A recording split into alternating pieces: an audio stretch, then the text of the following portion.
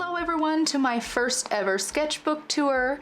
My name is Alisa and today I'm going to show you an inside look at my sketchbook and what goals I made and whether or not I stuck to those goals. This is an 8 1/4 by 5-inch hardcover moleskin art sketchbook. I will leave a link to this and all the pens I used in the description below.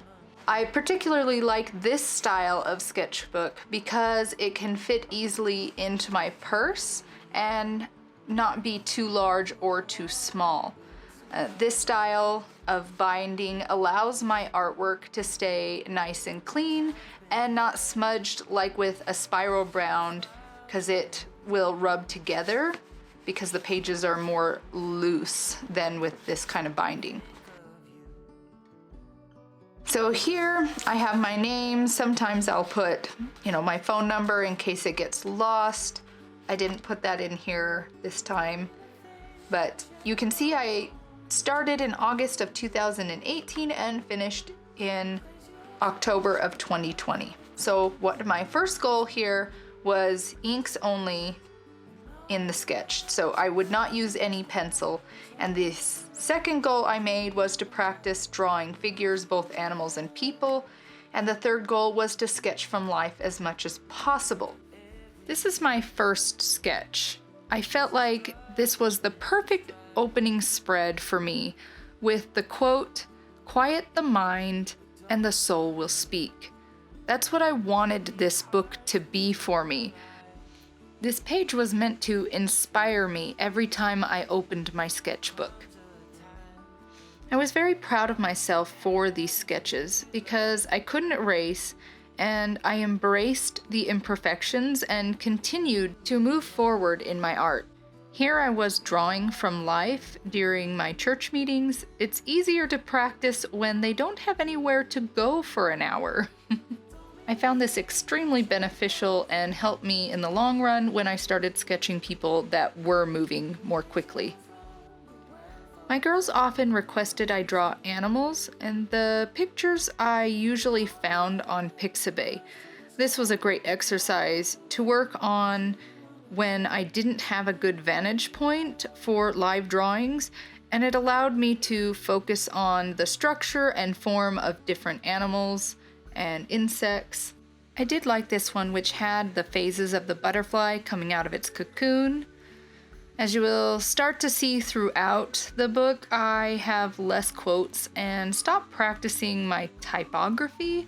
I didn't really care for it.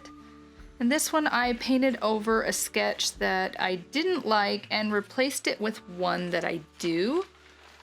The turtles are for my girls. I have a frog and penguins. This is my first time really showing what's in my sketchbook. This is where I get out all my thoughts and ideas and move some of those concepts to paintings. And sometimes I just sketch because it helps me to focus. Sometimes in meetings, my mind will wander to things I need to do instead of listening. And when I sketch, my mind is more focused on the speaker. Is anyone else that way, or is it just me? I would love to hear your thoughts on this. Here's a puppy that I did, and some monkeys.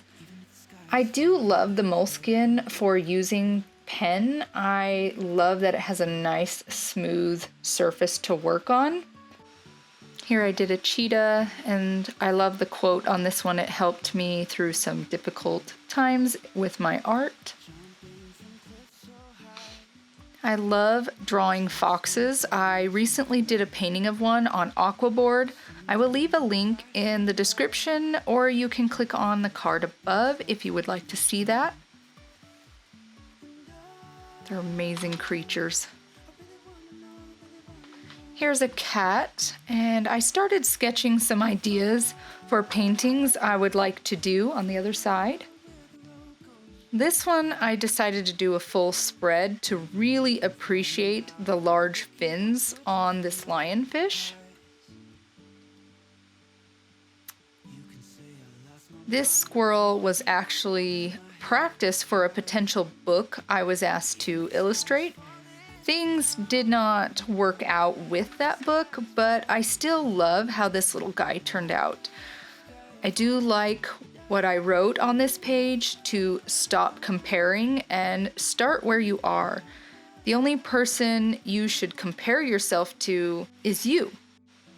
I did not like how the fish turned out in this one, but I did like the turtle.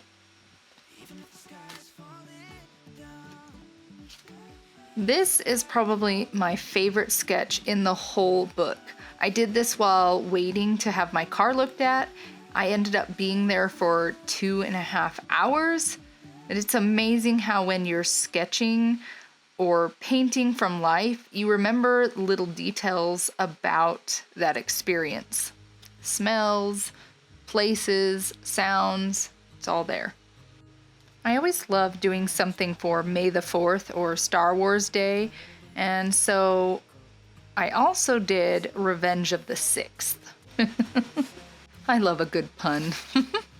Because of the goals I made in this sketchbook and bringing it with me everywhere, I gave myself more opportunities to practice. Instead of wasting time on my phone while I was in line or at the doctor's office, I would pull out my sketchbook and pick out something around me. Even if I only sketched for 5 minutes, it was great. I need to insert that this is another favorite page of mine I drew, my middle daughter, and her smile will always brighten your day. I added the yellow paint just to push that happiness that she exudes. Now back to what I was saying. I found myself sketching more often, but also quicker. I saw improvement in things that were difficult and would stop me before, and they became fun and easier. I didn't have to think about it as much. I did these quotes over top of some failed sketches. And here, I did these girls actually 3 times because I was really trying to make sure I got her face structure correct, and this one down here is actually what her face looked like. That was my 3rd attempt. This boy was blowing a bubble during church, which I thought was hilarious, so I captured that. Here is a thumbnail sketch I did for a painting, and I had been listening to a demonstration by Stephen Henry, and it was a technique he talked about that I used for that painting, and I ended up getting 3rd place on that painting. So thank you, Stephen Henry, for your technique you shared with us. You can see I messed up on this hippo here, but you know, it is what it is. And you do it and you move on. On this page, I was drawing some people during meetings in church, and I love this couple. Thought it was so cute.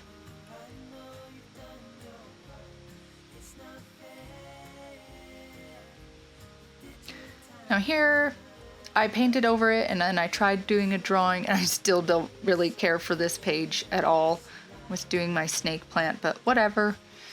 And some notes. And then here I was waiting in the doctor's office. My daughter was getting her tubes taken out of her ears. So this helped distract me while I was waiting for her surgery to finish. And I did some pumpkins because it was November.